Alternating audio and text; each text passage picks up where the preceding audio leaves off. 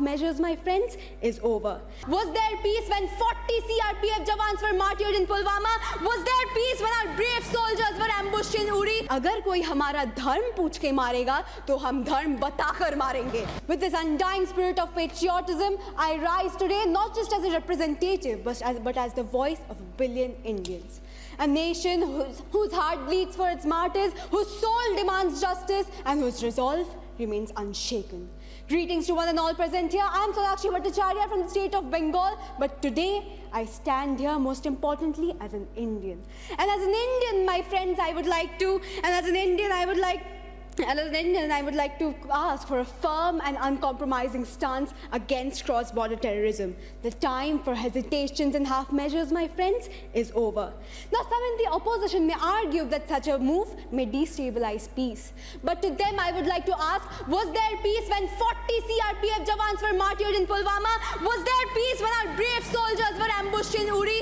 Was there peace when our air base was attacked in Pathankot? Silence, my friends, is not diplomacy, and appeasement is not strategy. When terror is exported across the border as state policy, the only response must be strength.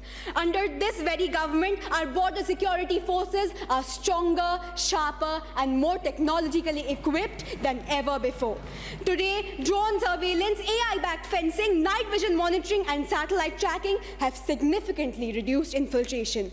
The surgical strikes post-Uri, the Balakot airstrikes, and even, my friends, the most recent Operation Sindoor sent a message that India will not tolerate terrorism, not even for one night. Looking forward, this government is laying a comprehensive blueprint to eliminate terrorism from its very roots. We have empowered agencies like the NIA and the Multi-Agency Center for Real-Time Intelligence Sharing. We are tackling money laundering and terror financing head-on. Hawala networks have been exposed, Benami assets seized, and sleeper cells dismantled through coordinated efforts of the ED, NIA, and the state forces. Now, my friends, let us not forget that every single government of India has been facing the dark shadow of terrorism since independence. But the difference today lies in the clarity of intent to move from response to retaliation, from defense to deterrence.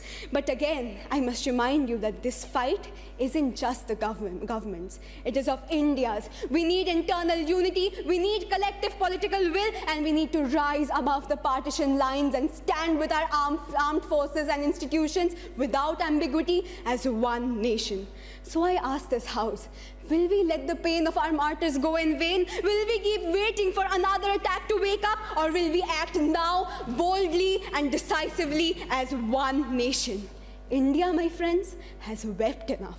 India has condemned enough, and now is the time to wake up. Now is the time to act boldly and decisively and to honor our 1994 resolution and end cross-border terrorism. We must let the world know that India will fight, India will rise, and India will prevail. Because at the end of the day, my friends, Bharat सिर्फ एक भूमि का टुकड़ा नहीं, एक जीती जागती राष्ट्र की आत्मा है. और अगर कोई हमारा धर्म पूछ के मारेगा तो हम धर्म बताकर मारेंगे. Thank you so